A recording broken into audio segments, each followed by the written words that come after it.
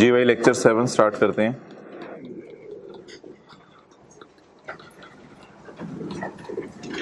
Page number 12 निकाल लें।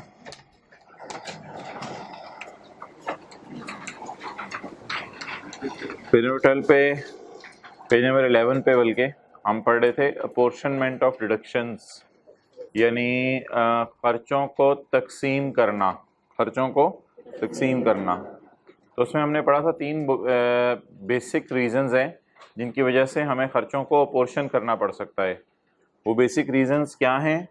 वो हैं या तो हम 2 हेड्स ऑफ इनकम के अंदर रहते हुए इनकम्स कमा रहे हों, 2 हेड्स ऑफ इनकम के अंदर रहते हुए इनकम्स कमा रहे हों, या हम किसी हेड ऑफ इनकम में भी इनकम कमा रहे हों जिसे टैक्सेबल इनकम कहा था हमने, क्योंकि हेड्स ऑफ इनकम वाली इनकम को हमने कहा था टैक्सेबल इनकम। किसी हेड ऑफ इनकम के अंदर रहते हुए इनकम कमा रहे हो जिसे टैक्सेबल इनकम कहा था, या फाइनल टैक्स वाली इनकम कमा रहे हो। और तीसरी बात हमने ये की थी कि किसी हेड के अंदर रहते हुए टैक्सेबल इनकम कमा रहे हो और साथ इनकम ना कमा रहे हो, जैसे घर के अंदर जो है वो इस्तेमाल कर रहे हैं आप कोई चीज़। तो ये 3 सिचुएशंस थी जिनमें खर्चों को तकसीम करना पड़ सकता है। बाकी एक जाते जाते बात की थी, एज सच कोई इतनी इंपॉर्टेंट नहीं थी, बहरहाल उसको देख लें दोबारा। वो जो एजेंट वाली बात थी कि where agent is earning commission, जहाँ एजेंट कमीशन कमा रहा होगा तो हिज कमीशन लिख लें यहाँ, his commission will be taken as turnover. वो पेपर में जीपी लिखाइएगा, असल में कमीशन यहाँ वो कहना चाह रहे हैं, ये जो मिसाल दी थी आपको, his commission will be taken as turnover.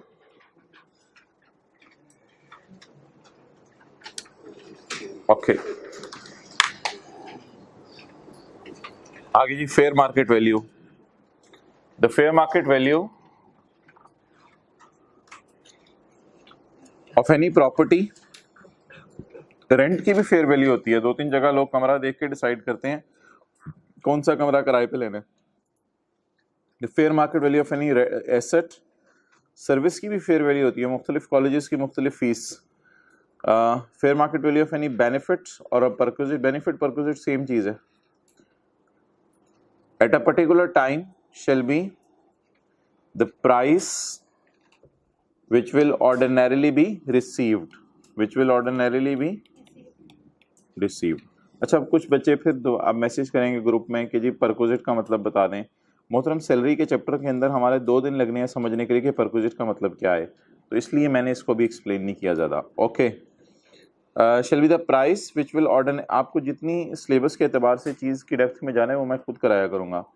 Ordinarily will be fetched on sale, या ये चीज़ें बाजार में मार्केट में बिकती हैं जैसे एसेट्स वगैरह। और सप्लाई, सर्विसेज तो सेल तो नहीं होती, सर्विसेज के लिए सप्लाई का लफ्ज़ यूज होता है। In open market, open market के अंदर जो इनकी प्राइस है that will be considered as, बोले फेयर मार्केट वैल्यू। भाई आप तीनों आगे आ जाएं, इस रो में जगह बना दें और आगे हो जाएं, एक ही दफ़ा बना दें और थोड़ा आगे हो जाए, आगे आ जाए। ओके जी, आगे पढ़े। Point number 2। तो क्या पॉइंट 1 से क्या पता चला? भाई टाइम पे आया करें, ये कल से फिर दरवाजा बंद करना पड़ेगा और कोई हल नहीं। The fair value of any property shall be the price, ये वो प्राइस होगी which will ordinarily be receive, ये जो आमतौर पे रिसीव हो on sale in open market. Open market यानी बाजार में ले जाएं, जितने का ये बिकेगा, it is fair value. Point 2, the fair market value shall be determined ignoring any restriction on transfer. ये जरा बात आपने समझनी है।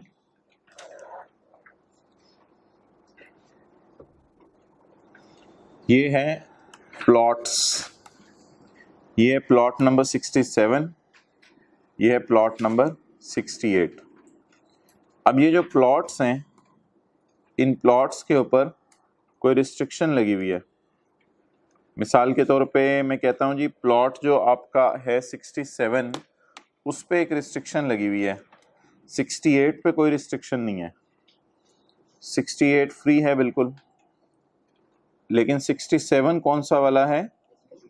हुकूमत ने रिस्ट्रिक्शन इस पे लगाई हुई है, यार इसको फिलहाल बेचना ना, हो सकता है हमारा यहाँ सड़क बनाने का इरादा हो, कोई ब्रिज बना रहे हैं तो हो सकता है ये फिर तोड़ना पड़े बाद में, तो प्लॉट पे हुकूमत ने कोई कैद लगाई हुई है, कोई रिस्ट्रिक्शन लगाई हुई है। तो अब जाहिर बात है जो बाज़ार है, मार्केट है, उस मार्केट के अंदर जो है वो इसकी फेयर वैल्यू क्या होगी, उस मार्केट के अंदर इसकी फेयर वैल्यू, मिसाल के तौर पे मैं कहता हूँ कि उस मार्केट में इसकी फेयर वैल्यू है 40 मिलियन और रिस्ट्रिक्शन की वजह से इसकी फेयर वैल्यू है 30 मिलियन। ये तो मार्केट की बात है, मार्केट की। लेकिन हमारा लॉ ये कहता है कि आपने क्या करना है, आपने इसकी फेयर वैल्यू लेनी है 40 मिलियन और 40 मिलियन। जिस प्लॉट के ऊपर कोई रिस्ट्रिक्शन है या कोई कैद है, तो हमारा लॉ मेकर कहते हैं आप एज्यूम करो कि कोई रिस्ट्रिक्शन नहीं है, फॉर टैक्स पर्पसेस आप इसकी फेयर वैल्यू क्या लोगे, 40 मिलियन। चले नोट कर लें। अब आप हजरात मेरे से ये सवाल ना पूछिएगा, अच्छा ये क्या बात हुई, ऐसा क्यों किया, इससे तो टैक्स पेयर को नुकसान होगा। भाई जो लॉ है वो कम से कम पढ़ लें, टैक्स पेयर को फ़ायदा हो या नुकसान हो ये ना आपने आज के बाद मुझे बताना है और ना मेरे से इस बारे में पूछना है कि सर ये बात है, इससे तो टैक्स पेयर को फ़ायदा हो रहा होगा, इससे तो टैक्स पेयर को नुकसान हो रहा होगा, तो हमारे ख्याल से ऐसे होना चाहिए। ऐसा कोई आपका इशू जहन में सवाल आए तो FBR को ईमेल कर दें, वो कम से कम उस बारे में मैं कुछ नहीं कर सकता। स्मॉल कंपनी का रेट 25%, 22%, 21%, 15% क्यों नहीं है? स्मॉल कंपनी का तो 10% रेट होना चाहिए सर, टैक्स ही नहीं होना चाहिए। इस तरह के सवालों के जवाब मैं नहीं दे सकता कम से कम। तो हमारी जिम्मेदारी सिर्फ जो लॉ में है वो याद करना है, बाकी लॉ अच्छा बने बुरा बने इसके बारे में मैं कोई सवाल नहीं लूँगा। मार्केट से क्या मुराद है? Property dealer. प्रॉपर्टी डीलर इसकी कीमत 40 लगा रहे हैं, इसकी कीमत 30 लगा रहे हैं, लेकिन टैक्स वाले क्या कहेंगे, दोनों की कीमत 40 है। ये बात पढ़ लें, बड़ी वाज़ेह तौर पे उसने लिखी है, the fair market value shall be determined ignoring any, fair market value निकालते हुए ये इग्नोर कर दिया जाएगा कि ट्रांसफर यानी सेल पे कोई कैद लगी हुई है। अगर थोड़ी देर के लिए भूल जाएं कि इस पर रिस्ट्रिक्शन है तो फिर ये भी कितने का ही बन जाएगा। ओके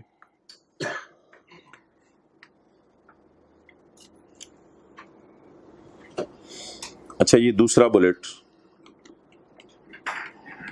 होंडा कार्स के पास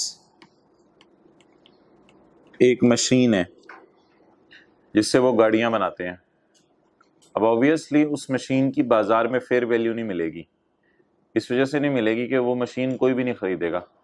हत्ता कि टोयोटा करोला वाले तो बिल्कुल नहीं खरीदेंगे, वो कहेंगे हमारी तो गाड़ी का मॉडल ही डिफरेंट है, डिज़ाइन ही डिफरेंट है, हमने इस मशीन का क्या करना। तो होंडा कार के पास जो मशीन है उसकी बाजार में जाके फेयर वैल्यू लगवाना मुश्किल है। हाँ, उनकी जो गाड़ियाँ हैं उसकी फेयर वैल्यू लग सकती है बाजार में, वो तो सैकड़ों हज़ारों लाखों गाड़ियाँ हैं, लेकिन वो मशीन पूरे पाकिस्तान में एक ही है उनके पास, और वो और कोई ख़रीदने को मैं आप तैयार नहीं है। तो कुछ चीज़ें ऐसी होती हैं जिनकी फेयर वैल्यू निकालना मुश्किल होता है। कोई एटम बम बनाने वाली मशीन है, उनकी फेयर वैल्यू निकालना मुश्किल होता है। तो ऐसी सूरत में लॉ मेकर कह रहा है यार मुझे ऐसी कहानियाँ ना सुनाओ कि फेयर वैल्यू निकालना मुश्किल है, ज़बरदस्ती फेयर वैल्यू निकालो। The fair market value shall be determined, ignore कहते तुम्हारी बात को मैं इग्नोर कर दूंगा, ये तुम कहानियां सुना रहे हो मुझे ना सुनाओ, किसी तरह इसकी फेयर वैल्यू निकालो। The fair market value shall be determined ignoring the हकीकत, इस हकीकत को इग्नोर कर दो, हालांकि हकीकत है, इग्नोर, हकीकत इग्नोर करने को कह रहा है। आंखें बंद करके खोल के देखें, इग्नोर द हकीकत, कहते किसको इग्नोर कर दो, हकीकत को ही इग्नोर कर दो। क्या हकीकत थी? That it is not convertible to cash, easily convert नहीं हो सकती कैश में, कोई खरीदने को तैयार ही नहीं है, लेकिन फिर भी कहता है इसकी फेयर वैल्यू निकलवाओ। अब अगेन आप लोगों ने ये सवाल मेरे से पूछना है कि इसकी फेयर वैल्यू कैसे निकलेगी, भाई वो हमारे स्कोप से बाहर है, हाँ कम से कम हमारे सिलेबस में नहीं है। बाहर के मुल्क में जाके इसकी फेयर वैल्यू निकलवा लें, या इससे जो गाड़ियाँ बननी हैं उसकी वर्थ देख के कोई फेयर वैल्यू निकाल लें, कोई ना कोई तरीका लगाएं, लेकिन वो प्रैक्टिकली चीज़ होगी, हमारे स्कोप से बाहर है। The fair market value shall be determined ignoring the हकीकत, फेयर मार्केट वैल्यू निकालते हुए ये हकीकत इग्नोर कर दी जाएगी कि ये कैश में कन्वर्टेबल नहीं है।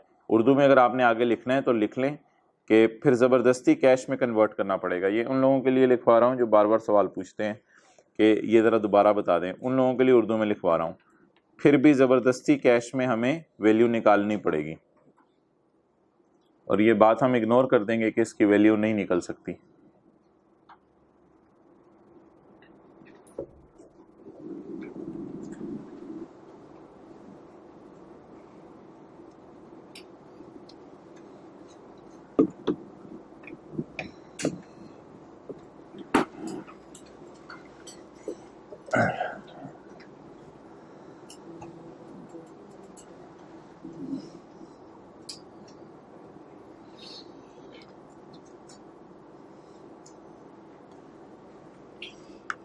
ओके, पॉइंट नंबर 3,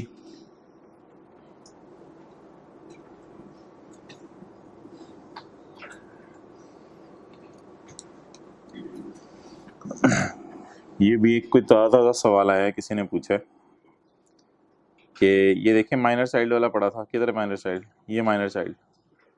तो कह रहे हैं कि पेरेंट्स की इनकम में से जिसकी इनकम हाई हो, हमने पढ़ा था उसमें ऐड करना है, लेकिन अगर पेरेंट्स की डेथ हो चुकी हो तो ये उसने सिनेरियो लॉ में डिस्कस नहीं किया। तो जो चीज़ लॉ में डिस्कस नहीं हुई वो कोर्ट डिसाइड करेंगे, इसलिए ये हमारे स्कोप से बाहर है ये सवाल।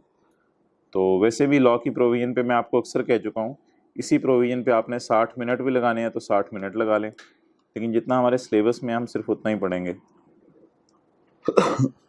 चलें जी, section 7 point 3, where the price is not ordinarily ascertainable. Ascertain होता है मालूम करना। Where the price is not ordinarily ascertainable, क्या मतलब हो गया इस बात का? जहां प्राइस आमतौर पे पता नहीं चल रही, किसी चीज की फेयर वैल्यू पता नहीं चल रही, तो क्या होगा जी ऐसी सूरत में? द बोर्ड में, फेडरल बोर्ड में, इस बात को तो ब्रैकेट में ले लेना, ये तो ऐसी उसने तमहीद बांध के रखी है, by notification in official gazette, यानी ऑफिशियल गजट में नोटिफिकेशन दे के बताएगा। इसका मतलब ये नहीं कि इसको याद नहीं करना। The board may determine the fair value of the, लेकिन ये रूल सिर्फ किसके लिए है? इमूवेबल, बाकी एसेट्स के लिए नहीं है, मूवेबल एसेट्स के लिए नहीं है। तो इमूवेबल एसेट्स के लिए ये रूल है। दोबारा पढ़ लें, where the price is not ordinarily ascertainable, जहां प्राइस आमतौर पे मालूम ना हो, the board may determine the fair value of the property. आसान सी लाइन है। ओके अच्छा, अब कुछ इलाके तो ऐसे हैं जहां बोर्ड ने फेयर वैल्यूज बता दी हुई हैं, जहां फेयर वैल्यू नहीं पता चलती थी।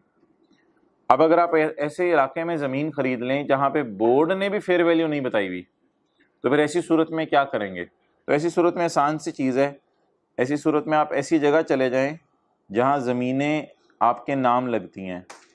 कोई ना कोई दफ्तर तो होगा जहां आप स्टैंप ड्यूटी पे करते होंगे, स्टैंप ड्यूटी पे की जाती है जिससे ज़मीन आपके नाम लगती है।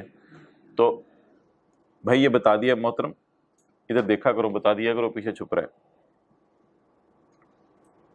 अच्छा इधर उधर ना देख, इधर देखा करो। ओके, तो where the fair value of any immovable property, जहां इमूवेबल प्रॉपर्टी की fair value of an area has not been determined by board, जहां बोर्ड इसकी फेयर वैल्यू ना बता पाए, एज अबव, जैसे कि ऊपर मैंने कहा था कुछ लोग कुछ जगहों की बता दी है लेकिन बोर्ड इसकी फेयर वैल्यू ना बता पाए।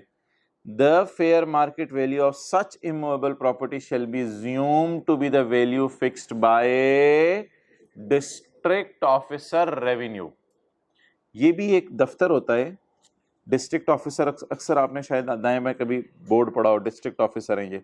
तो डिस्ट्रिक्ट ऑफिसर रेवेन्यू हुकूमत का एक दफ्तर होता है, या सूबे वालों ने कोई दफ्तर बनाया होता है, या फिर कोई भी अथॉरिटी जिसको ये इजाज़त है इस मद में कि वो स्टैंप ड्यूटी लगा सके, यानी कोई भी इदारा जो स्टैंप ड्यूटी लगाने की पावर रखता है उस इलाके में, यानी सादा सी बात, जिस दफ्तर में जाके ज़मीन आपके नाम लगती है उस दफ्तर के अंदर चले जाएं, वहाँ पे आपको डिस्ट्रिक्ट ऑफिसर रेवेन्यू के नाम से दफ्तर मिल जाएगा, या किसी सूबे वालों ने दफ्तर बनाया होगा, या अगर ऐसे दफ्तर आपको नहीं मिले, जो भी अथॉरिटी वहाँ पे जिसको हुकूमत ने इजाज़त दी हुई है तुम ज़मीनें नाम कर दिया करो, उस दफ्तर में चले जाएं और जाके इस प्रॉपर्टी की क्या लगवा लें?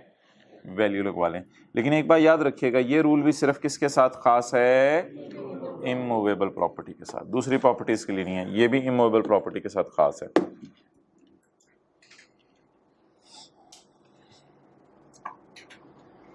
ओके, स्टैम्प ड्यूटी वो पैसे होते हैं जो आपने जमा करवाने हैं जिस वक्त ज़मीन अपने नाम करवाते हैं, और उस वक्त फिर आपको स्टैम्प्स लग जाती हैं और ज़मीन आपके नाम हो जाती है एक कागज़ पे। Mr Aamir purchased a computer, point 1 में आ जाए, for 70,000 and sold it to Mr Anjum when the WDV in Aamir's books was 40,000। Historical cost क्या है, कितने का खरीदा था, डेप्रिशिएट करते करते आज कितने का हो गया। It's fair value in open market price was 42, जब बेचा तो बाजार में कितने का है 42,000 का। फेयर वैल्यू क्या होगी भाई फिर बताएं, 42,000। 2-3 फिगर्स देके उसने आपसे जज करवाया व्हाट इज फेयर वैल्यू। ये एक सेक्शन है रिसीट ऑफ इनकम, ये हम सैलरी के चैप्टर में पढ़ेंगे। रिकूप्ड एक्सपेंडिचर सेक्शन 70, आगे आ जाओ। रिकूप्ड एक्सपेंडिचर, आगे आ जाओ। रिकूप्ड एक्सपेंडिचर क्या है जी, सादा सी बात है। रिकूप्ड एक्सपेंडिचर की कोई आपने मिसाल पढ़ी हो इंट्रो की क्लास में, बैड डेट रिकवरी, एक्सपेंडिचर हुआ था बाद में रिकूप हो गया या रिकवर हो गया। सिमिलरली ये देखें जी, जो ऊपर मिसाल दी हुई है, ये 2010 का साल है, ये 2010 के साल में राइज ने रिपेयर का खर्चा किया 7,000 रुपया, और अगले साल 2011 में क्या हुआ कि 2,000 रुपया रिकवर हो गया। यानी जो एसी रिपेयर करके गया था उसने कहा माजरत भाई, एसी सही करने के मैंने 7,000 रुपये ज़्यादा ले लिए थे, माजरत ये 2,000 मेरी तरफ से वापस पकड़ें। अब आप बता दें क्या खुशी होगी टैक्स पेयर को? जी बिल्कुल खुशी होगी। क्या खुशी होगी? ये पैसे मेरे थे और मुझे वापस मिल गए। पेट्रोल आप डलवाएं, बाद में कोई आपको 100 रुपया दे दे पेट्रोल पंप वाला, ये उसी तरह है, तो इसको क्या कहेंगे आप? चले मैं बता देता हूँ, रिकूप एक्सपेंडिचर। और इसे कहाँ डालना होता है? इनकम में। क्या एंट्री क्या होगी इसकी? 7,000 की। Repair expense debit cash credit, repair expense debit cash credit, और जो पैसे मिलेंगे उसकी एंट्री क्या होगी? Cash debit income credit, cash debit income credit. In case of subsequent recoupment of any expenditure, अगर कोई एक्सपेंडिचर क्या हो जाए, बोले रिकूप हो जाए, एक्सपेंडिचर रिकूप हो जाए या लॉस भी रिकूप होता है। कभी आपने सुना होगा एसेट्स डूब गए थे, इंश्योरेंस कंपनी वालों ने पैसे दे दिए, तो लॉस भी रिकवर हो जाता है। तो where any expenditure, sorry, in case of subsequent recoupment of expenditure, बाद में कभी एक्सपेंडिचर रिकवर हो इन कैश और काइंड, या कैश में रिकवर हो या इन काइंड रिकवर हो। क्या मतलब? हो सकता है अगला बंदा आपको जो है वो 2,000 रुपया दे दे, हो सकता है कोई कुर्सी रख के चला जाए आपके दुकान के बाहर, यार ये कुर्सी मेरी तरफ से रख लो, मैंने आपको 2,000 देना था, चलो ये कुर्सी रख लो। इन कैश रिकवर हो या इन काइंड रिकवर हो। द रिकूप्ड अमाउंट कितनी है? 2,000 shall be included in the income. बस सादा सी बात, ये आपकी इनकम है, खुशी है। किस हेड में जाएगी यार? जिस हेड का खर्चा था। अगर ये रिपेयर आपने बिजनेस के लिए करवाई है तो फिर वो जो पैसे 2,000 रिकवर हुए हैं वो भी किस हेड में जाएंगे? बिजनेस के। Shall be included in the income chargeable under the relevant head का क्या मतलब है? जिस हेड में वो खर्चा डाला था उसी हेड में इस इनकम को डालेंगे। फॉर द ईयर, उस साल जिसमें ये पैसे मिल गए। तो किस साल पैसे मिले जी? 11 में। Rais got repaired AC for 7,000 in tax year 2010। The service provider realize in 2011 that he has charge 2,000 ज्यादा to Rais, so he return the amount immediately. The recouped amount shall be included in income as rupees 2,000 in tax year 2011 by rise chargeable under the head income from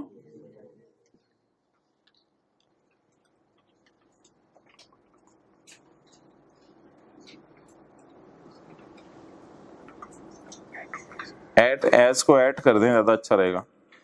the recouped amount shall be included in income at rupees 2,000 in tax year 2011।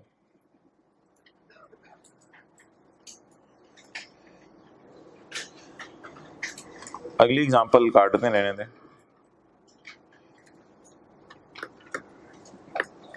Okay, पढ़ें जी दोबारा। अब English में कोई मसला आ रहा हो तो बताएं। अगर कोई खर्चा रिकवर हो जाए, अगर कोई खर्चा,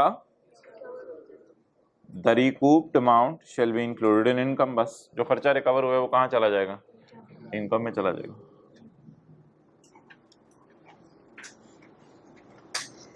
ओके जी, इसका क्या मतलब है भाई? Currency conversion.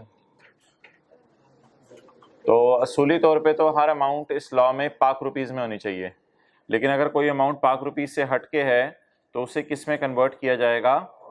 पाक रुपीस में कन्वर्ट किया जाएगा। चलें जी, every amount taken into account. Taken into account का मतलब है recorded. Every amount recorded under this law shall be in rupees. हर अमाउंट जो इस लॉ में रिकॉर्ड की जाएगी वो किस में रिकॉर्ड की जाएगी? रुपीज में। Where an amount is in a currency, जहां कोई अमाउंट रुपीज के अलावा वाली करेंसी में होगा, डॉलर में हो मिसाल के तौर पे, conversion shall be at the state bank of Pakistan. Conversion state bank वाले रेट पे की जाएगी। कौन सा स्टेट बैंक वाला रेट? एक वो रेट होता है जो अखबार में आ रहा होता है, एक वो रेट होता है जो स्टेट बैंक की वेबसाइट पे आ रहा होता है। जो स्टेट बैंक की वेबसाइट पे आ रहा होगा उस रेट पे की जाएगी। प्रीवेलिंग, प्रीवेलिंग का क्या मतलब है? जो रेट चल रहा है। प्रीवेलिंग एट द डेट, किस डेट पे? Eight which the amount is recorded, जिस दिन अमाउंट रिकॉर्ड की आपने। अच्छा मुझे बताएं, एसेट खरीदने की एंट्री साल के एंड पे करते हैं या जिस दिन आप खरीदते हैं? जिस दिन खरीदते हैं। एसेट किस दिन रिकॉर्ड करते हैं? जिस दिन खरीदते हैं। अब नीचे वाली एग्जांपल कर लें।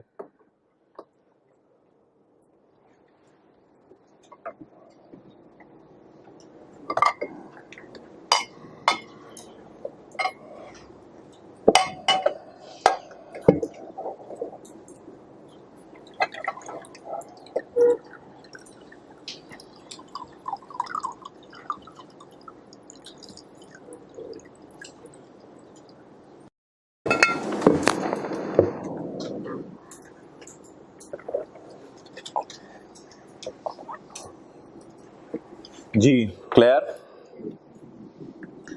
Qasim imported a car for $, on March 31, 2009. The exchange rate on the relevant dates are as follows. मार्च 31 के रेट दिए हुए, 30 जून के रेट दिए हुए। हमने कब के रेट देखने हैं? जिस दिन अमाउंट रिकॉर्डेड।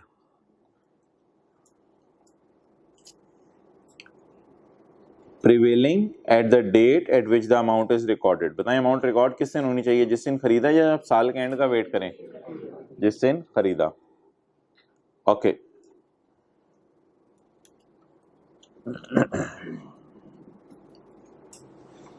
आप बता दें अगले दो रेट हैं, एक ओपन मार्केट का रेट है और एक स्टेट बैंक का रेट है। कौन सा रेट? स्टेट बैंक वाला रेट यूज करें। तो 35,000 ज़रब $102.1, तो $35,000 वाली चीज पाकिस्तान के 35,73,000 रुपए में पड़ी। क्लियर? ओके इसका क्या मतलब है जी?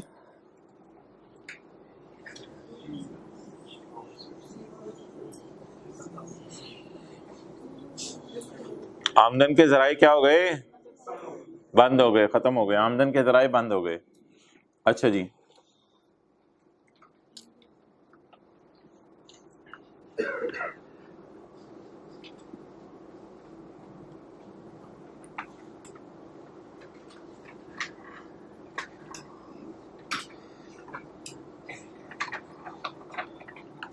ये जी 2012 का साल है।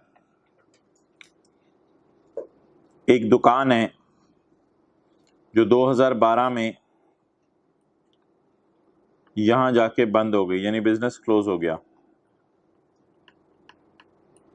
और 2013 के अंदर जाके पैसे रिकवर हुए।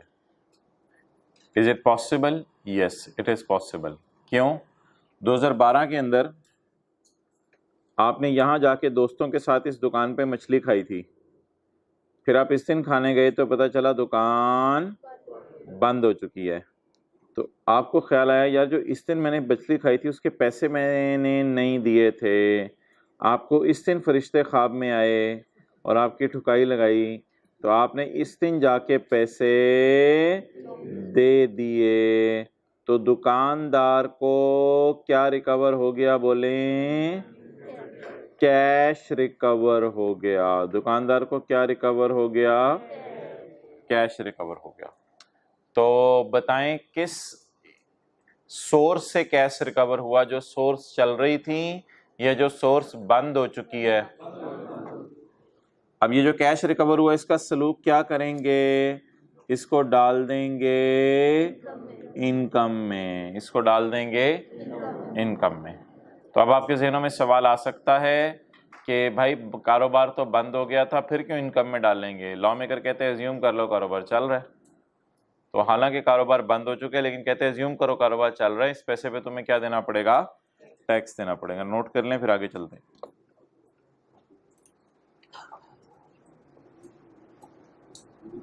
फिर मैं पढ़ता हूं, जल्दी किया करें, not take more than 10 seconds.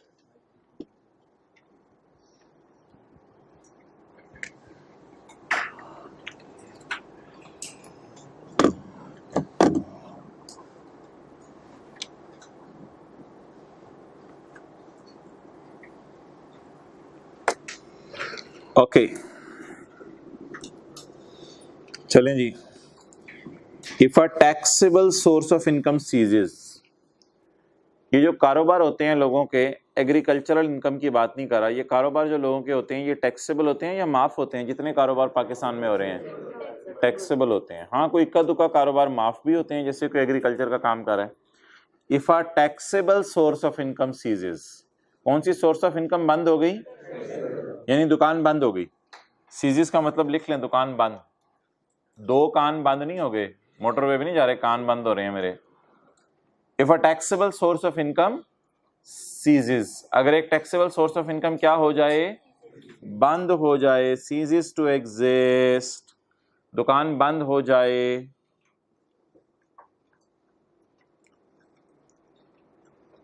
Then any, bullet छोड़ें, बुलेट लग ना जाए, देन एनी सब्सिक्वेंट बेनिफिट, ये आप देख रहे हैं सब्सिक्वेंट बेनिफिट है, बाद में मिला है।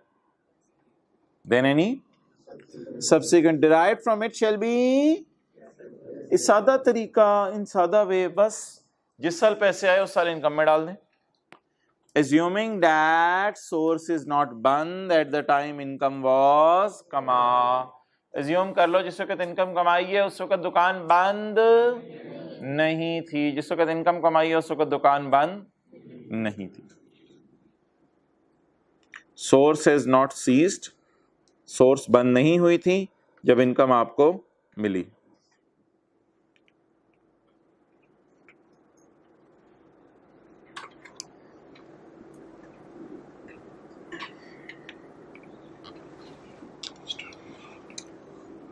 डिराइव से मुराद ना यहाँ रिसीव्ड है असल में, यानी जिस वक्त वो पैसे आपको मिले। ओके ये जो दो बुलेट है ना, ये आपने गौर से समझने हैं। कॉन्सेप्चुअली तो बड़े आसान है लेकिन इंग्लिश जरा आपने गौर से समझनी है। कॉन्सेप्चुअली क्यों आसान है? ये जो आपको रिकवरी हुई है, रिकवरी, ये रिकवरी आपको अगले साल हुई है बंद करने के या सेम ईयर में हुई है? क्या ये रिकवरी इस साल हो सकती थी, इसी साल? बोलें इज इट पॉसिबल? तो बता दें दोनों सूरतों में रूल क्या रहेगा, चाहे इस साल रिकवरी हो चाहे it will still be called as income, ये इनकम ही कहा जाएगा। तो कितनी पॉसिबिलिटीज हैं? दो। जिस साल दुकान बंद करें उस साल भी पैसा आ सकता है और जिस साल दुकान बंद कर दें उससे किसी अगले साल में भी पैसा आ सकता है। अब ये दो सिनेरियोज हैं जिनको इसने दो बुलेट्स बना के लिख दिया, जरा समझने की कोशिश कीजिएगा। ये कौन सा सिनेरियो है दूसरा वाला? ड्यूरिंग द ईयर का मतलब क्या है? बंद कब हुई? 12 में, और पैसे कब आ गए? 12 में। If a taxable source of income ceases to exist either before the commencement of year, before the commencement of year, ceases to exist during the year, ceases to exist during the year, बंद हो गई इस साल और पैसे भी इसी साल आ गए, ceases to exist during the year, बोलें, ये दूसरा बुलेट है, ceases to exist during the year. अच्छा, इधर क्या मैं कह सकता हूं ceases to exist before commencement of year, इस साल के कमेंस होने से पहले सीज हो चुका है. ceases to exist, ये कमेंसमेंट डेट है साल की, बिफोर कमेंसमेंट ऑफ ईयर. इसको जरा समझे बार बार, बोलें ceases to exist before commencement of year, साल शुरू होने से भी पहले बंद हो चुकी थी. इसका मतलब है क्या है, पिछले साल बंद हो चुकी थी. इसका मतलब ये है, थोड़ी सी इंग्लिश जरा समझने वाली है, तो दोबारा पढ़ लें. If a source of income ceases to exist during the year, ये तो आसान है. If a source of income, then any subsequent benefit shall be taxable in the normal way. ये बात आसान होगी. दूसरी बात आगे बोलें. कॉन्सेप्चुअली तो समझ आ गई ना, वैसे वैसे तो ज़बानी सी बात है समझने वाली. अगला बोले, if a source of income ceases to before commencement of the year, इस साल की कमेंसमेंट डेट ये है, इससे पहले सोर्स क्या हो चुकी थी, बंद. देन सब्सिक्वेंट बेनिफिट, फिर जो बाद में पैसे आए, शैल be taxable in the normal वे. अब ये पहले वाला बुलेट आपने बार बार बोलना है. If source of income ceases to exist, मेरे साथ पहले वाली बात तो बोल. If source of income ceases to exist before the commencement of year, इस साल के कमेंस होने से भी पहले सोर्स बंद हो चुकी थी, then any subsequent benefit shall be taxable in the normal way. पढ़ लें आप इसको एकदम. अच्छा, ये बुलेट्स का तरीका ये होता है कि एक बुलेट को पढ़ के फिर नीचे वाली बात की तरफ आ जाएं, फिर दोबारा ऊपर से मिला के पढ़ें और फिर दूसरा बुलेट पढ़ के नीचे वाली बात की तरफ आ जाएं.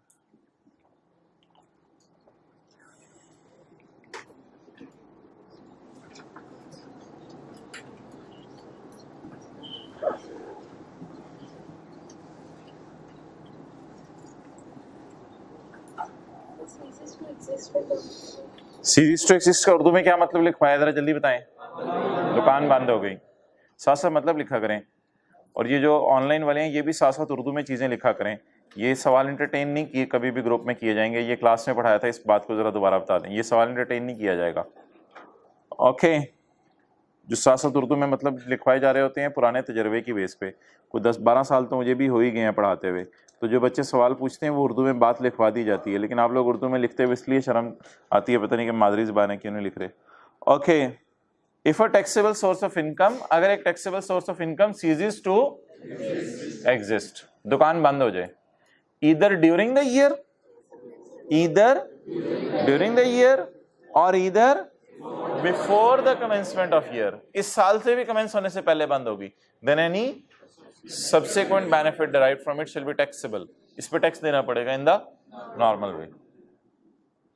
अच्छा, अब आपके जहनों में कहीं ये ना आ जाए कि ये भी तो एक तरह की बैड डेट रिकवरी ही है, और बिल्कुल है, ऐसी बात नहीं है, ये बैड डेट रिकवरी है, क्योंकि दुकान बंद होने के बाद वही बंदा पैसे दे के जाता है जिसने आपके पैसे मारे हों, क्योंकि अब आपने कोई सेल वगैरह तो कर नहीं रहे. तो फिर इस सेक्शन 72 में और सेक्शन 70 में क्या फ़र्क होगा? तो सेक्शन 70 के अंदर शायद किसी ऐसे बिजनेस की बात कर रहा होगा जो सीजेस टू एग्जिस्ट नहीं है, कोई रनिंग बिजनेस होगा, चलते चलते बिजनेस में बैड डेट रिकवरीज हो जाती हैं, तो ये रनिंग बिजनेस होगा. तो इसलिए इसने सेक्शन 70 में क्या लफ्ज़ यूज़ किया, रिकूप एक्सपेंडिचर. तो खर्चा हुआ था, बाद में क्या हो गया. इधर भी ऐसा हो सकता है कि बैड डेट हुआ, बाद में रिकवर हो गया, लेकिन इधर रिकवरी कब हुई, इतनी लेट हुई कि अब तो दुकान भी बंद हो चुकी है. दुकान बंद होने का जिक्र किस पॉइंट में नहीं था, सेक्शन 70. और सेक्शन 70 72 दोनों में देख लें, इन द एंड उसने क्या लिखा, it will taxable as income. दोनों सूरतों में उसने कंक्लूजन तो ये निकाला है कि ये किस में डाला जाएगा, इनकम में डाला जाएगा। Okay, rule to prevent double derivation and double deduction, rules to prevent double derivation and double deduction. भाई कुछ बच्चे अब ऐसे भी पता चले हैं जो इंट्रो जो है उन्होंने अभी तक पढ़ी नहीं हुई, लेकिन ऑब्वियसली कुछ ना कुछ तो भी उन्होंने शुरू कर ही दी होगी अकाउंटिंग पढ़नी। तो ये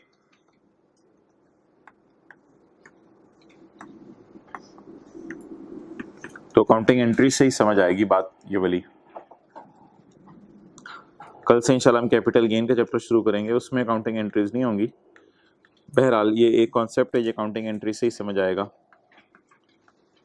जी भाई, डेटर डेबिट सेल क्रेडिट, आपने उधार पे चीजें बेची तो क्या एंट्री करेंगे, बोले डेटर डेबिट सेल क्रेडिट। ठीक है, जिसने इंट्रो नहीं पढ़ी हुई वॉइस रिकॉर्डिंग ऑन कर ले, ताकि बाद में कभी वो जब ये इंट्रो पढ़ ले और ये उससे ये चीजें समझ आ जाए जनरल एंट्रीज, तो फिर ये बात जरा रिवाइज कर ले। ओके, वॉइस रिकॉर्डिंग वाली चीज ना ढूंढते रहे, व्हाट्सएप पे किसी को मैसेज भेज दें, ढूंढने में टाइम लगा देते हैं। अच्छा जी, तो 2010 के अंदर जो है वो क्रेडिट सेल हुई, बोलें जी क्या एंट्री होगी, डेटर डेबिट सेल क्रेडिट। अच्छा, 2011 में ये बंदा पैसे दे गया, 2011 में ये बंदा पैसे दे गया,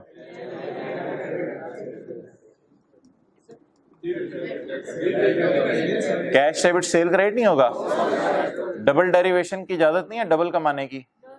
सेक्शन की हेडिंग क्या है, सेक्शन की हेडिंग क्या है, rules to prevent double derivation. Double कमाने दे मुझे। जिस वक्त मैंने चीजें बेची, जिन्होंने इंट्रो नहीं भी पड़ी हुई, चीजें मैंने उधार पे बेची तो भी सेल रिकॉर्ड करूं, फिर जब ग्राहक पैसे दे जाए तो भी सेल रिकॉर्ड करूं, ऐसा तो मुनासिब नहीं होगा ना। मिसाल के तौर पे दुकानदार ने बोतल बेची 1 तारीख को और पैसे आए 2 तारीख को, दोनों दफा खुशी रिकॉर्ड करे सेल की, या एक ही दफा खुशी होगी सेल की। रूल टू प्रिवेंट बोले rule to prevent double derivation, ये रूल्स हैं जो हमें मना करते हैं डबल चीजों को रिकॉर्ड। तो ये तो मोहतरम गलत चीज है, इससे तो डबल रिकॉर्ड हो जाएगी चीज। तो इसकी जगह आपको पता है हम क्या लिखते होते हैं, डेटर लिखते होते हैं। तो डेटर जब पैसे देके जाए दोबारा सेल बढ़ा देते हैं या डेटर को कम करते हैं। ये मिसाल नोट करने से पहले पहली लाइन जरा पढ़ लें, if any income is taxed on receivable base. ये रिसीवेबल है और इनकम टैक्स हो गई। सेल का क्या मतलब है, सेल का क्या मतलब है, सेल जब प्रॉफिट एंड लॉस में जाती है तो प्रॉफिट आता है हमारा, जब प्रॉफिट आता है तो हुकूमत को क्या देना पड़ता है। तो ये सेल तो क्या है, टैक्सेबल है ना। तो पढ़ें, if any income is taxed on it shall not become taxable again on receipt base। अब जरा देखते रहे, if any income is taxable on receivable base it shall not be taxed again। दोबारा टैक्स नहीं लगेगा इस पे, अब तो डेटर रेट करेंगे, आप सेल में दोबारा नहीं बढ़ाएंगे। it shall not be when received। चले नोट कर लें। तो दुकानदार कब खुशी रिकॉर्ड करे, जब चीजें बिकें या जब पैसे आए, जब चीजें बिकें। पैसे आने पे दोबारा खुशी रिकॉर्ड करेगा, वो तो डबल सेल रिकॉर्ड हो जाएगी।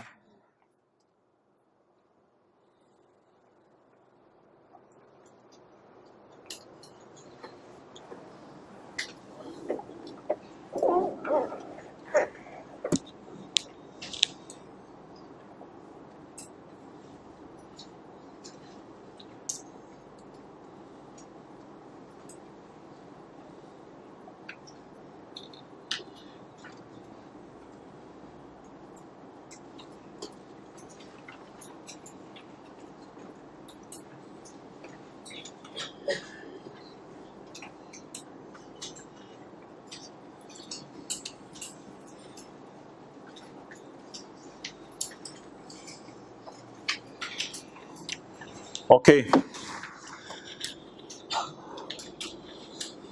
If any income is taxed on receivable base, it shall not become taxable again on receipt base. अब उंगली साथ साथ रखें आप भी. If any income is taxable, उंगली साथ साथ रखें. If any income is taxable on receivable base, it shall not be taxed again when received. जब रिसीव हो जाए तब दोबारा तो इस पर टैक्स नहीं देना पड़ेगा. ओके, एंड वाइस वर्सा की कोई एग्जांपल नहीं है हमारे सिलेबस में, तो प्लीज इसके बारे में कोई सवाल ना पूछे. नो एग्जांपल, इसको छोड़ें. अच्छा जी, आगे चलें जी. खर्चे खर्चे खर्चे खर्चे.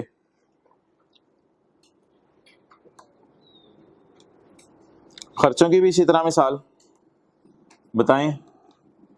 2010 के अंदर बिजली का bill, electricity expense, electricity expense मैं बोल रहा हूं, इलेक्ट्रिसिटी एक्सपेंस डेबिट और पेएबल क्रेडिट 10 रुपए से. Electricity expense debit, payable credit. अब अगले महीने जब बिल पे होगा, अगले महीने जब बिल पे होगा तो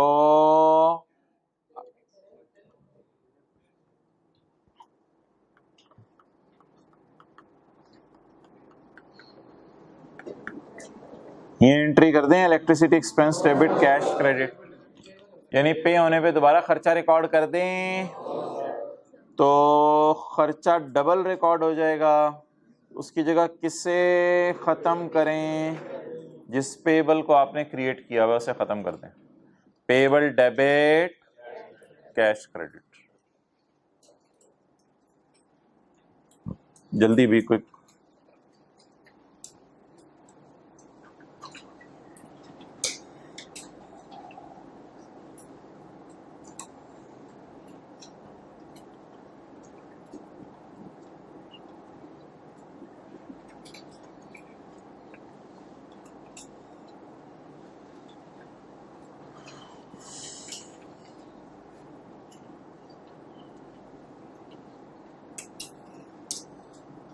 ओके, अच्छा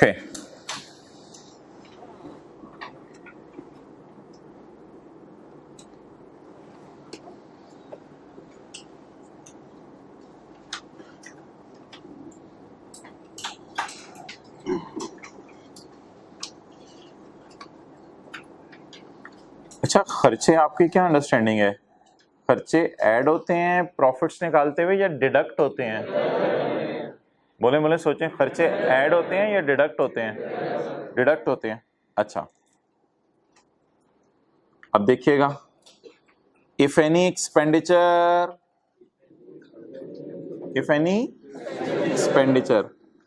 ये डिडक्ट होता है ना, ये इनकम में ऐड होता है. सेल में से खर्चे माइनस होते हैं तो प्रॉफिट आता है ना.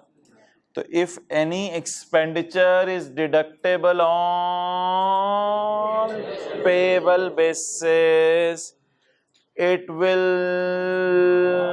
not be deducted. It will not be deducted when it is paid. When it is paid. अब बोलें, if an expenditure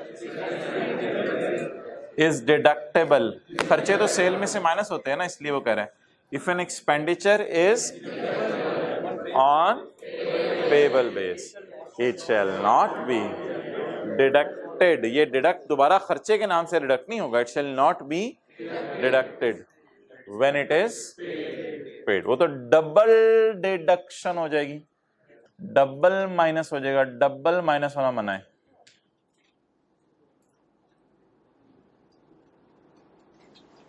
लाइकवाइज का क्या मतलब है? इसी तरह if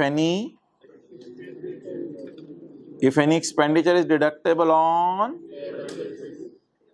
it shall not be deducted when it is paid. इसको याद कर लें इधर ही.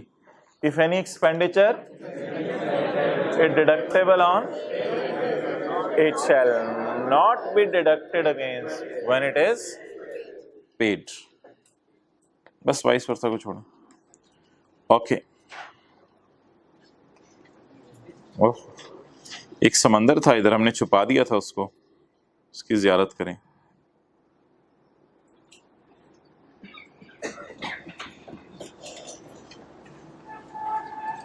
लें जी, टैक्स ऑन डिविडेंड.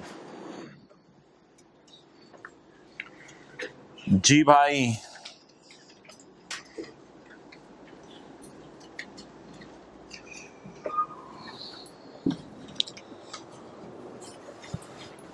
क्या डिविडेंड इनकम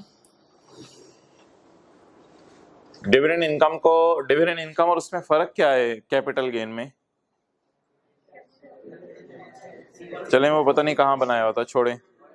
डिविडेंड इनकम और कैपिटल गेन में फर्क क्या है? बना के दिया था वो पिछली क्लास में. जब तक आपके पास शेयर पड़े रहेंगे कौन सी इनकम आप कमा रहे हैं, और जब आप कंपनी के शेयर बेच देंगे कैपिटल गेन इनकम. क्लियर? आपने पीटीसीएल एक कंपनी है, उसके शेयर खरीद के 3-4 साल अपने पास रखे, तो मोबाइल वाले भाई जब तक वो पड़े रहेंगे, देखो इतनी कंसंट्रेशन से जब बंदा ऐसे देख रहा हो ना पता चल जाता है, मोबाइल नहीं नजर आ रहा होता. लेकिन तो जब आप जो है वो किसी कंपनी के शेयर खरीदें, 3-4-5 साल आपके पास पड़े रहेंगे, तो तब तक जो प्रॉफिट आएगा उसका क्या नाम होगा? Dividend income. और जब आप उन शेयर्स को बेच देंगे तो capital gain income. Dividend income is just like milk और capital gain income is just like भैंस का बेच देना. याद आ रही है बात? ओके. अब बता दें जी, डिविडेंड इनकम किसी हेड ऑफ इनकम में गिरेगा या इसकी दुनिया ही अलग है? जिस दुनिया में हम चले गए थे, जिस खला में हम गए थे, उसका नाम क्या था? क्योंकि डिविडेंड के लिए एक फिक्स रेट है, कितने परसेंट? 15% के एतबार से.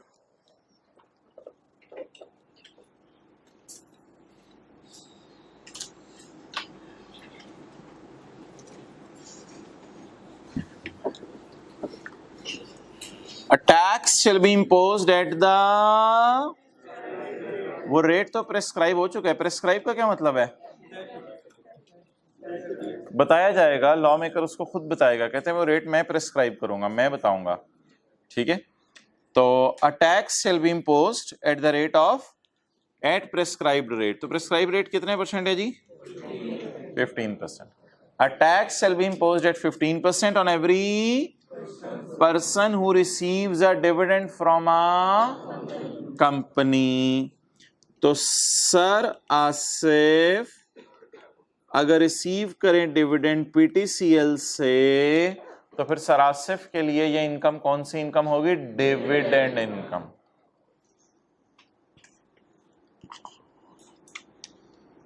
The tax shall be computed by applying the rate of tax to the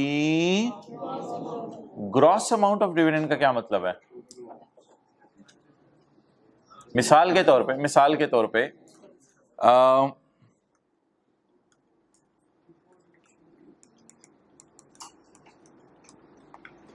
dividend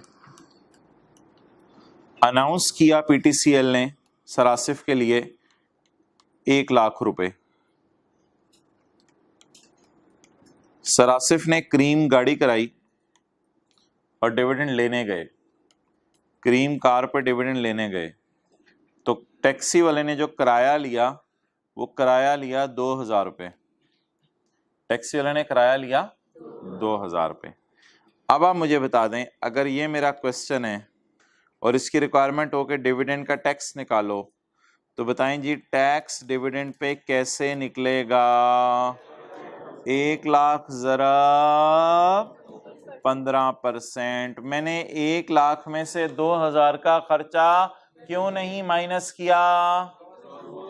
क्योंकि लॉ क्या कहता है? द टैक्स, बोलें, the tax shall be computed. सुबह क्या हो गया? The tax shall be computed by applying the rate on the gross amount. Gross क्या होता है? खर्चे माइनस करके या खर्चे माइनस करने से पहले? हाँ, तो ग्रॉस का मतलब लिखें, ग्रॉस मींस खर्चे माइनस करने से पहले. ये ग्रॉस का मतलब है. कॉलेज वालों के लिए ग्रॉस रेवेन्यू क्या है वैसे? ग्रॉस सेल, जो आपसे फीस आ रही है उसमें से कोई खर्चा भी माइनस नहीं हुआ। जैसे ही आपने 20,000 जमा करवाया, वो कॉलेज वालों के लिए ग्रॉस अमाउंट है। जैसे आपने डॉक्टर साहब को 500 रुपए इलाज के जमा करवाए, वो डॉक्टर साहब के लिए 500 ग्रॉस का क्या मतलब होता है? अभी खर्चे माइनस नहीं हो। ठीक है मोहतरम, sitting in your drawing room. नहीं नहीं ठीक है, रिलैक्स होकर बैठो, कोई मसला नहीं। टेक भी लगाओ, कोई मसला नहीं। तो जगह हो तो लेट भी जाओ, कोई मसला नहीं।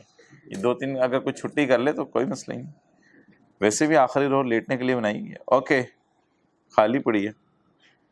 This tax shall be computed by applying the rate of tax on the gross amount of dividend.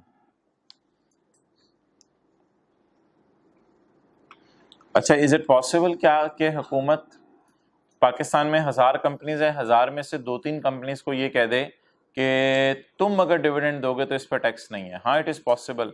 हुकूमत कभी किसी कंपनी को इनकरेज करने के लिए कह सकती है।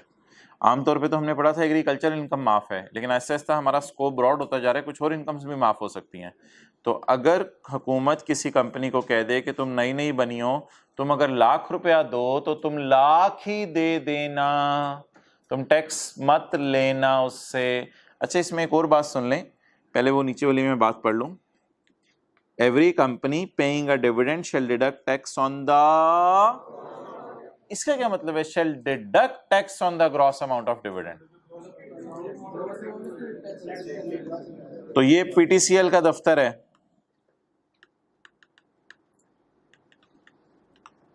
ये रास्ते में सड़क है। तो सर आसिफ गए पीटीसीएल के दफ्तर एरोप्लेन पे, तो जब सर आसिफ गए पीटीसीएल के दफ्तर तो अपना चार्टर जेट तैयार करा के, तो सर आसिफ जब गए पीटीसीएल के दफ्तर डिविडेंड लेने के लिए, तो उन्होंने कहा सर आपके लिए हमने 85,000 रखा है, फ़ोन करके तो तुम लोगों ने लाख रुपया कहा था, अब तुम लोग 85,000 दे रहे हो, कोई खुदा खौफी करो, मरना नहीं है तुम लोगों ने। तो उन्होंने कहा ओ भाई, डिविडेंड पे टैक्स बनता है कितने %?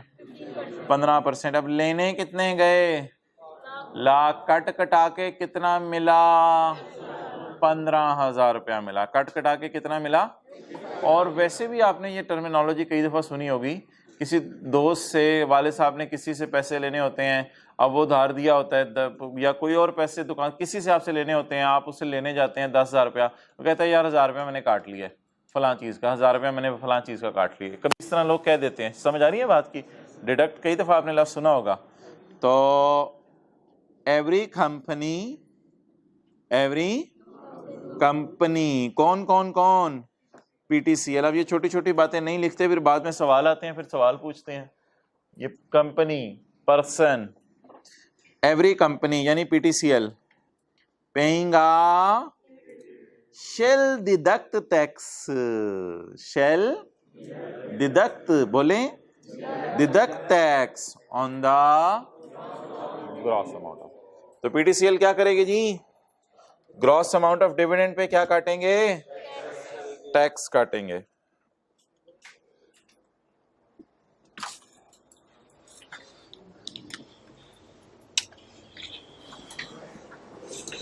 ओके, अब ज़बानी याद कर लें जो सादा सादा सी बातें आज पढ़ी हैं।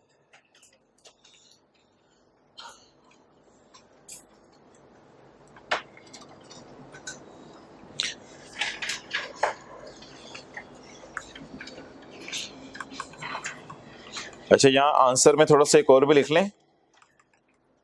Sir Asif will receive only, बोले 85,000। सर आसिफ सिर्फ 85,000। हाँ, 85 में से रिक्शे वाले को 2,000 दें, वो उनका अपना मर्जी है। घर वालों के लिए रास्ते में से मिठाई लेके आए, वो उनकी अपनी मर्जी है। लेकिन टैक्स किस पे लगेगा? लाख पे। और लाख क्या है? Gross amount. ग्रॉस का क्या मतलब है? क्या माइनस करने की इजाजत नहीं है? खर्चे माइनस करने की इजाजत नहीं है। ओके, हाँ, इसको हमने दोबारा पढ़ना था। A tax shall be लगा on every person who receives a dividend। जो बंदा भी डिविडेंड रिसीव करे उस पर टैक्स लगेगा। The tax shall be लगा by applying the rate on the every company paying a dividend shall deduct tax on the gross amount of dividend. ये क्या लिखा हुआ है?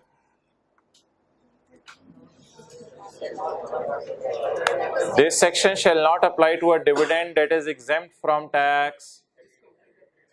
ये सारी कंपनीज का डिविडेंड एग्जेम्प्ट होता है या कुछ का हुकूमत कर देंगे? कुछ का हुकूमत कर दे। This section shall not apply का मतलब क्या है? इस लाइन का मतलब क्या है? Tax at 15% will not be applied. जी बिल्कुल, tax at 15% will not be applied. ये किस लाइन का मतलब है? ये बात लिखनी है या फिर बाद में 2-3 दिन बाद सर से पूछनी है? अच्छा, लिखनी है। Tax at 15% will not be applied, ये किस बात का मतलब है? This section shall not apply का। क्योंकि ये सेक्शन क्या कह रहा था, कितना टैक्स लगाओ, तो this section shall not apply का क्या मतलब है? 15% ना लगाओ, 0% टैक्स लगाओ। कब? जब इनकम माफ हो जाए।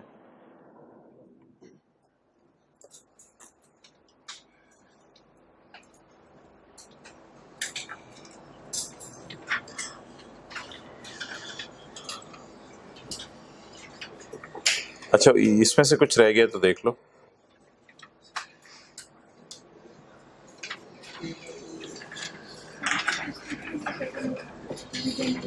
क्या चीज? जी जी, मैं अभी इसकी तरफ से आ रहा हूँ, अभी मैं यहाँ तक हूँ सिर्फ पहुँचा।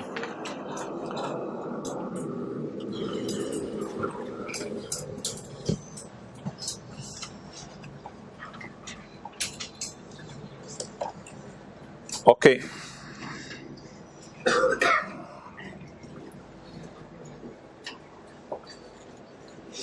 अच्छा ये ना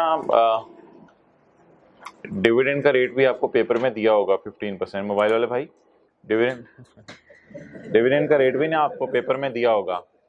तो इसी तरह कोई डिविडेंड पे करते हैं इंडिपेंडेंट पावर परचेजर्स। ये लोग इंडिपेंडेंटली कुछ पावर परचेज कर रहे होते हैं किसी से और फिर अपनी फैक्ट्रियां चला रहे होते हैं। तो इनको भी हुकूमत ने कहा है कि आपके लिए डिविडेंड का रेट 7.5% है, कुछ के लिए आपका, कुछ के लिए रेट 25% है। तो मेरे तो ख्याल से ये दोनों बातें मेरे ख्याल से काटनी तो नहीं चाहिए, लेकिन अगर ऐसा कभी रेट हुआ डिविडेंड का तो फिर आपको वो पेपर में खुद दे देगा, उस रेट को यूज़ कर लीजिएगा। कम से कम 20-25 साल से तो आई आपने ये रेट नहीं दिया कभी, बस जनरल रेट ही देता है पेपर में, डेट इज 15%। तो कुछ लोगों के लिए डिविडेंड सिरे से ही माफ है, उनके लिए तो 0% रेट है, और कुछ लोगों के लिए डिविडेंड का रेट कम है, 7.5% है, कुछ के लिए बहुत ज्यादा है, 25%। ओके, ये सेक्शन 6 को छोड़ें, नीचे आए सेक्शन 8। सेक्शन 8 ओके,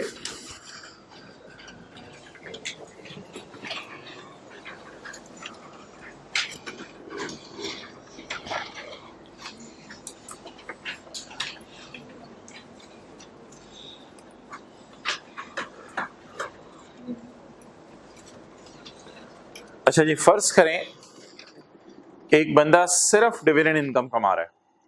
फर्ज करें एक बंदा, सरासे कहते हैं पूरा साल मैंने और कुछ नहीं किया, मैंने कॉलेज वालों से छुट्टी ले ली, मैंने कहा साल रिलैक्स करते हैं अपनी जिंदगी का, बस सब कुछ मोबाइल शोबाइल लैपटॉप सब बंद करके साल पूरा रिलैक्स करते हैं घर बैठ के। तो अब ऐसी सूरत के अंदर सरासे कहते हैं यार मैंने तो बस साल में पूरा ₹1,00,000 डिविडेंड कमाया। अब मोहतरम, इनकम कितनी कमाई है? बोलें ₹1,00,000। इस पे टैक्स कितना हमने बनाया था? 15,000। घर कितना लेके गए थे? 85,000। ये जो ₹1,00,000 है ये फाइनल टैक्स रिजीम में गिरता है या नॉर्मल रिजीम में गिरता है? फाइनल टैक्स रिजीम की कैरेक्टरिस्टिक्स होनी चाहिए जो नॉर्मल टैक्स रिजीम की कैरेक्टरिस्टिक्स से थोड़ी डिफरेंट होनी चाहिए। पहले मैं आपको नॉर्मल टैक्स रिजीम की कैरेक्टरिस्टिक्स बताता हूं। नॉर्मल टैक्स रिजीम की एक कैरेक्टरिस्टिक अगर आपको याद हो, एक दिन मैंने बताया था बिजनेस की सेल में से खर्चे माइनस करने की इजाजत है। किसी को याद आ रही है बात तो हाथ खड़ा करते, जब डिडक्शन और डिडक्टेबल अलाउंस में फर्क बताया था। तो बिजनेस की सेल में से खर्चे माइनस करने की, इसी तरह बाकी हेड्स में भी खर्चे हो तो माइनस करने की इजाजत है। आपने घर किराए पे चढ़ाया, इनकम प्रॉपर्टी कमा रहे हैं, तो घर की रिपेयर वगैरह कराएंगे तो वो माइनस करने की इजाज़त है। तो पहली मुझे बताएं नॉर्मल रिजीम वालों की क्या खासियत है? इनमें खर्चे माइनस करने की इजाज़त है। अच्छा, दूसरा आपको याद आ रहा होगा इन सब का टोटल करके ज़कात भी एंड पे माइनस करने की इजाज़त होती थी, जिसे कहते थे डिडक्टेबल अलाउंस। और तीसरा ये कि ये इनकम्स हेड ऑफ इनकम्स कहलाती हैं, ये इनकम्स हेड ऑफ इनकम्स कहलाती हैं।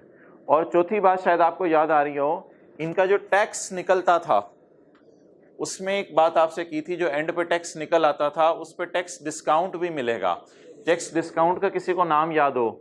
टैक्स क्रेडिट से क्लास बोला था, टैक्स क्रेडिट। यानी इन सब का आप टोटल करते हैं, न्यूमेरिकल का फॉर्मेट जहन में लाएं, टोटल करके उसमें से क्या माइनस करते हैं? ज़कात। तो क्या आ जाती है? Taxable income.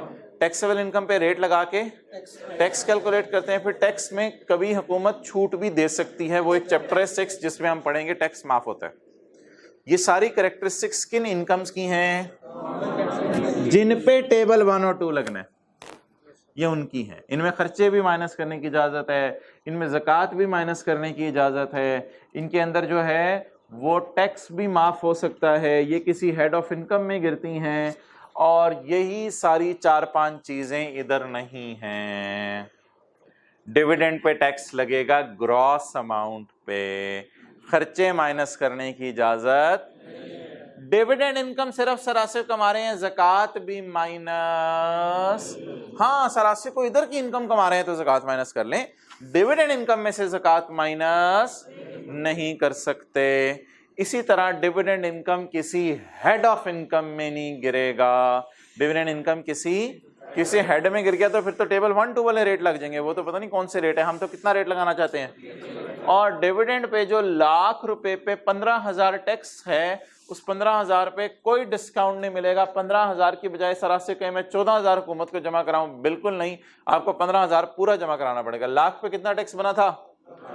15,000 बना था। ओके, चलें जी, सेक्शन 8 जरा मैं बाद में पढ़ता हूं। सेक्शन 8 कैरेक्टरिस्टिक्स बताने लगा है। ₹1,00,000 की पहली खासियत बताएं, किसी हेड में नहीं गिरेगा। खर्चे वगैरह रिक्शे का माइनस करने की इजाजत, क्रीम का माइनस करने की इजाजत नहीं है। कोई ज़कात वगैरह माइनस करने की इजाजत नहीं है। ये जो टैक्स आएगा इसमें कोई डिस्काउंट वगैरह नहीं मिलेगा। ये किसकी खासियत है? फाइनल रिजीम की। रूल्स एप्लीकेबल तो income chargeable under final regime की दुनिया के रूल सुनना शुरू करें।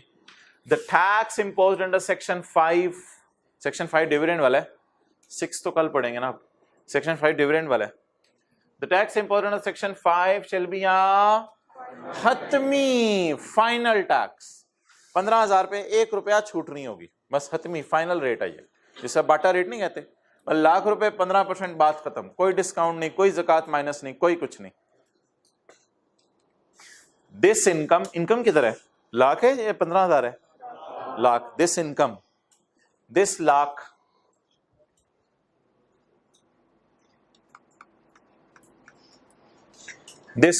shall not be chargeable under any, सही, वो गोल सर्कल ध्यान में रखे हैं जो पीछे दिखाए हैं। This shall not be chargeable under any, no खर्चा shall be allowed for any, वो खर्चा भी आपको दिखाया है, ये देखें, ये ₹2,000 का खर्चा, ये माइनस करने की इजाजत। अगर किसी को डिविडेंड मिलने पे मिठाई खिला दी तो रसगुल्लों के खर्चा माइनस करने की इजाजत नहीं है।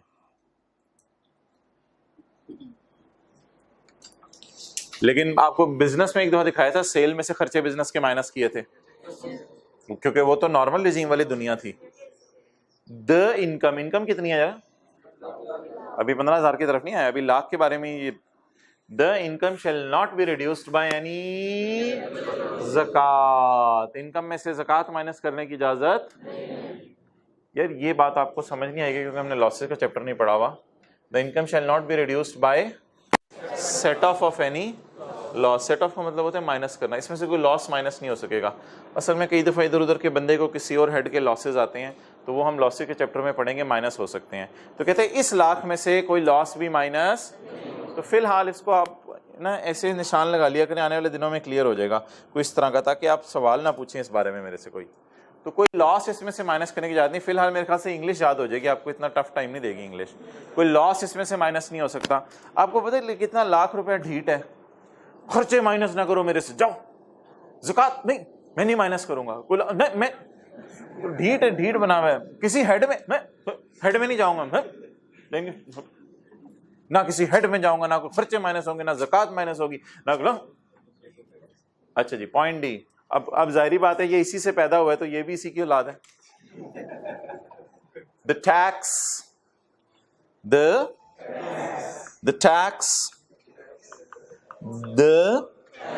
15,000 deducted shall not be reduced by any tax credit. इसमें से कोई डिस्काउंट वगैरह माइनस नहीं होगा। चलें जी, इट्स ओवर। अब कौन सा पॉइंट रह गया हमारा? ई और एफ कल पढ़ेंगे। बस इसकी 4 खासियत बता दें, जाते जाते ज़बानी याद कर लें।